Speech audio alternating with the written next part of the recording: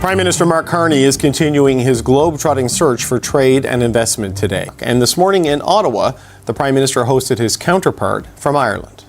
This is one of our strongest relationships, culturally, economically, with respect to shared values in foreign policy. Across the Atlantic, a striking message is taking shape. Ireland's Prime Minister has called aligning with Canada the obvious choice under U.S. tariffs. On the same day, Canadian Prime Minister Mark Carney left Ottawa for London to meet leaders of the United Kingdom, Spain, and Denmark. These two developments might look routine, but together they highlight something bigger. Washington's tariff campaign, designed to bring partners closer, is instead nudging them to look elsewhere. Since early September, the Trump administration has enforced its reciprocal tariff regime, removing duty-free treatment for small imports, adding surcharges on heavy trucks, and announcing a 100% tariff on branded pharmaceuticals effective October 1st. The European Union, already under a 15% ceiling on auto and parts exports to the U.S., is recalculating its options. And one of its member states, Ireland, has chosen to say the quiet part out loud. Ireland's relationship with Canada is not new. Under the provisional application of CETA, their trade has doubled over the past 7 years. The Irish government has now pledged to ratify the agreement formally this year and to send a high-level trade mission across the Atlantic. For Dublin, the motivation is clear. U.S. tariffs hit pharmaceuticals hard, a sector worth tens of billions annually to Ireland's economy. By tightening links with Canada, Irish policymakers are hedging against instability in their largest market. The relationship is not only about exports. Irish leaders have invited Canadian firms to bid on major infrastructure, such as the new metro system planned for Dublin. At the same time, Irish companies see opportunities in Canada's own large-scale infrastructure spending, from public transit to energy. Yes, there are barriers, including interprovincial trade frictions and regulatory complexity, but both governments are acknowledging them and working to streamline. With Ireland set to hold the EU Council presidency in the latter half of 2026, the political signal is powerful. Canada gains a friend with influence inside the European system at precisely the moment when Washington's approach is generating uncertainty. The Irish declaration matters not only in bilateral terms. When a mid-sized EU economy frames Canada as an obvious hedge, it legitimizes a wider realignment. Carney's meetings in London and continental capitals are part of this pattern. Countries are not waiting for tariff relief from Washington. They are writing new playbooks. Even though the US-EU framework capped most tariffs at 15%, the uncertainty surrounding Trump's policy makes diversification rational. Firms and governments prefer predictability, and right now predictability is easier to find in channels linking Europe and Canada. For the United States, this amounts to an erosion of leverage. The original goal of the tariff strategy was to pull investment and supply chains back to U.S. soil. Instead, Washington is seeing partners deepen ties with each other, often with Canada in the middle. What was meant to concentrate trade is diffusing it. For American consumers and industries, the consequences are already visible. Higher tariffs on home goods, furniture, and trucks risk pushing prices upward. The pharmaceutical surcharge may create pressure if domestic production capacity does not expand quickly enough.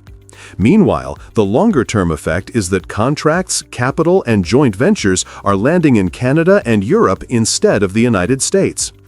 Ireland's formal ratification of CETA and its upcoming trade mission will be milestones to watch. So will the results of Carney's European tour and any follow-on agreements between Canada and the UK. For U.S. policymakers, the lesson is straightforward. Tariffs can redirect trade flows, but not always toward their intended destination. In this case, the Ireland-Canada pivot shows that pressure designed to reinforce America's centrality is instead encouraging allies to stitch together alternatives. The real scoreboard will not be speeches, but investment decisions, export shares, and supply chain maps in the quarters ahead. Now, the US president says that he is ready to impose sanctions on Russia in order to end the war in Ukraine, but only if NATO members agree to massive tariffs on China. The latest move from Washington has left many allies shaking their heads. President Donald Trump has called on Canada and NATO to impose tariffs of 50 to 100% on China and to cut off Russian oil imports. He linked these demands directly to the possibility of the United States finally imposing sanctions on Russia. This is a striking shift. Only weeks ago, the White House celebrated its reciprocal tariff strategy as the tool that would restore America's leverage. In reality, the sweeping tariff package introduced in early August has been costly at home and unpopular abroad. Allies such as Canada and the European Union have felt punished rather than protected. Canada, in particular, has become the center of attention. Ottawa had already moved against Chinese electric vehicles earlier this year, proving it could act decisively on its own. Yet Washington offered no recognition, treating Canada not as a trusted ally, but as another target of tariffs. At the same time, China is not standing still. Over the summer, Beijing tightened its cooperation with Russia, Iran, and North Korea. 2 weeks ago, India's participation in the Shanghai Cooperation Summit highlighted how the balance of power is shifting. For Washington, the hope was that tariffs would isolate China and weaken its influence. The opposite has happened. Donald Trump had a disastrous summit with Putin in Alaska, and after he saw the Indian Prime Minister Modi go to the Shanghai Cooperation Organization summit that took place in Tianjin 2 weeks ago, which was clearly, China, Russia, North Korea, Iran, and India getting together to thumb their nose at Trump. The SCO has given China a broader platform and a wider circle of partners, making Beijing more confident in pushing back against Western pressure. Trump's tariffs have not curbed China's reach. Instead, they have added urgency for China to build stronger alliances, leaving the United States searching for partners of its own. This is the backdrop against which Trump is now pressing Canada and NATO to carry the economic weight.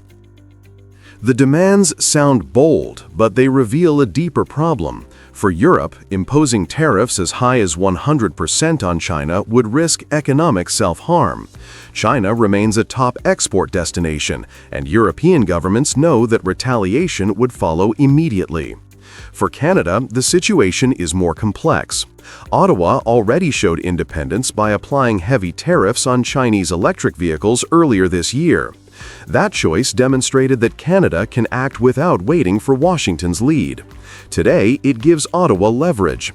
If Trump truly wants Canada on board, he cannot expect compliance without conditions. Canada holds a stronger hand than it often admits. It can refuse to be dragged into a wider tariff war unless the United States shows genuine respect for its role as an equal partner. Far from being a junior player, Canada is in a position to say no, or at least to insist on terms that protect its own interests. All of this is unfolding while NATO faces fresh security threats. In early September, 19 Russian drones crossed into Polish airspace, forcing Warsaw to call an Article 4 meeting. France, Germany, the United Kingdom, and Denmark responded with fighter jets to strengthen the alliance's eastern flank. The United States, by contrast, stayed largely absent from this operation. Instead, Trump focused his energy on pressing allies to fight an economic battle with China. The contrast is striking. NATO is already engaged in defending its border, yet Washington is asking it to open a second front in trade. The result is a sense of division inside the alliance. Canada is caught between its obligations to the United States and its exposure to retaliation from China. Europe faces the same dilemma.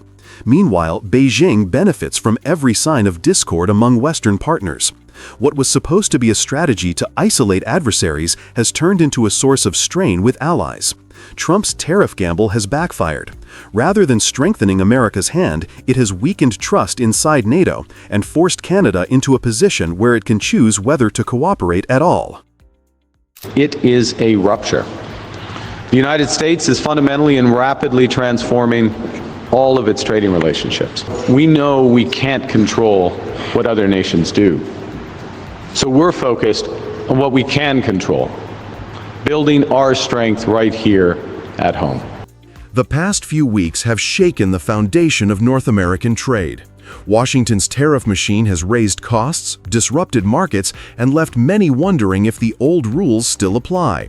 Canada's Prime Minister has called it not a transition, but a rupture, a break in the system that cannot be patched back together. And in the middle of this rupture, Canada has chosen a surprising path. Instead of fighting fire with fire, Ottawa is turning inward to build strength at home. The idea is simple yet bold. If the United States uses tariffs as weapons, Canada will answer by building enough energy and infrastructure to make itself less vulnerable. The first wave of projects is more than a list. It is a signal that Canada intends to become an energy superpower and to make tariffs backfire on the very country that imposed them. At the heart of this plan is a new Major Projects Office. It is designed to cut red tape, reduce years of uncertainty, and deliver one project with one review and one decision in no more than 2 years. That single reform may be as important as any of the projects themselves. Already, 5 big projects have been referred to the office. They include an expansion of LNG Canada in British Columbia, a small modular nuclear reactor in Ontario, the extension of the Port of Montreal, and 2 large copper and gold mines in Saskatchewan and northern BC. Together, they cover energy, clean power, critical minerals, and trade infrastructure. The government has promised to use Canadian steel, Canadian aluminium, and Canadian workers, turning national construction into a matter of economic sovereignty. In practical terms, this means faster approvals, clearer timelines for private investors, and public money used only to unlock larger flows of capital. Among the 5 projects, LNG Canada Phase 2 is the flagship. When complete, it will double capacity and make the facility the second largest of its kind in the world. Its emissions will be far lower than the global average, a selling point in a world that needs cleaner energy but cannot give up natural gas. Europe, particularly Germany, has shown interest, and markets in Asia are opening too. For Canada, this is not only about exports, it is about shifting leverage. By expanding LNG, Canada reduces the share of energy that must flow through the American market. Trump's tariffs were meant to corner Canada. Instead, they are accelerating Canada's move to sell elsewhere. That is where the backfire begins. Once Canada can move LNG, copper, and even uranium to multiple buyers, Washington's ability to pressure Ottawa through tariffs will weaken. U.S. industries, still dependent on Canadian resources, will find themselves paying higher costs if they lose priority access. In other words, the very tools used to hurt Canada are pushing it to build the capacity to stand taller. Of course, ambition alone does not guarantee success. Opposition leaders remain skeptical. Indigenous communities will demand strong partnerships. Environmental groups will watch closely. And major projects always carry financial risks. Yet the framework is clear. Carbon capture in Alberta is being paired with future pipeline plans, a so-called grand bargain that could open markets for oil and gas if tied to decarbonization. The Arctic Corridor and the Port of Churchill promise to create new trade routes that reduce dependence on a single coast. High-speed rail and sovereign cloud projects are also being studied as part of the next wave. What matters most is speed and credibility. If Canadians see shovels in the ground at Kitimat and Darlington, if ports and mines move forward within 2 years rather than a decade, then the strategy will look real. Trump's tariffs may dominate headlines today, but in the longer view, they may be remembered as the trigger that pushed Canada to claim new leverage. By turning crisis into construction, Ottawa is betting that Canada can transform a period of rupture into the foundation of lasting strength.